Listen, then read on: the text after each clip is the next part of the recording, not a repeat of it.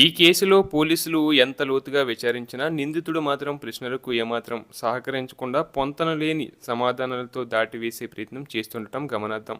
ఈనాడు కథనం ప్రకారం మహిళా భద్రతా విభాగం డీజీపీ లావణ్య నాయక్ నేతృత్వంలో నిందితుడిని అత్తపూర్ పోలీస్ స్టేషన్లో సుదీర్ఘంగా విచారించారు. విచారణలో భాగంగా దర్యాప్తు అధికారులు గతంలో నిందితుడి వద్ద స్వాధీనం చేసుకున్న సూసైడ్ నోట్లోని కీలక అంశాలను ఆయన ముందుంచారు. అయితే ఆ లేఖలోని విషయాలపై ప్రశ్నించగా నాకేం గుర్తులేదు, నాకేం తెలియదు అంటూ ఉదయ కృష్ణారెడ్డి నిర్లక్ష్యంగా సమాధానం ఇచ్చినట్లు విచారణ అధికారులు వెల్లడించారు.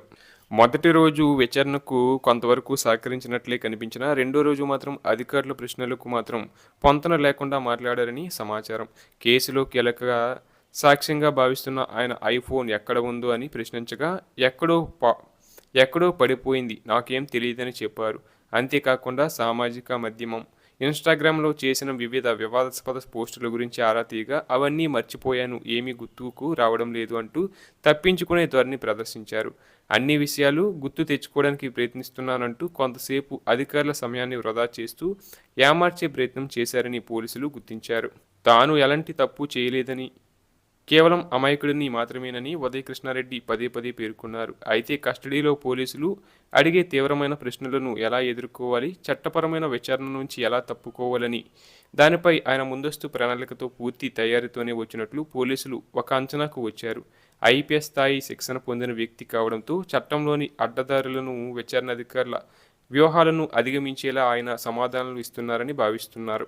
నిందితుడు విచారణకు ఏమాత్రం సహకరించకపోవడం, కీలకమైన డీటెయిల్ సాక్ష్యాలు మరిన్ని రాబట్టాల్సి ఉండటంతో రెండో దఫా కస్టడీ కోరుతూ పోలీసులు బొప్పరపల్లి కోర్టులో పిటిషన్ దాఖలు చేశారు. అనంతరం నిందితుడిని న్యాయమూర్తి ఎదుట హాజరుపరిచారు.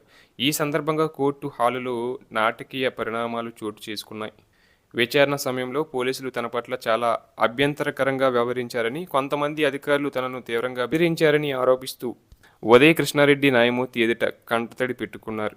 పోలీసు ఉన్నతాధికారులపై ఆయన నేరుగా ఫిర్యాదు చేయడం గమనార్థం.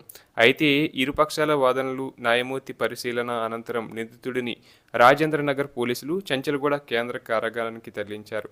ఈ కేసులో బాధితురాలికి న్యాయం చేకూర్చేందుకు మరియు మిగిలిన సాక్ష్యాలను బలంగా కోర్టు ముందు ఉంచేందుకు దర్యాప్తు సంస్థలు తదుపరి చట్టపరమైన చర్యలను వేగవంతం చేస్తున్నాయి.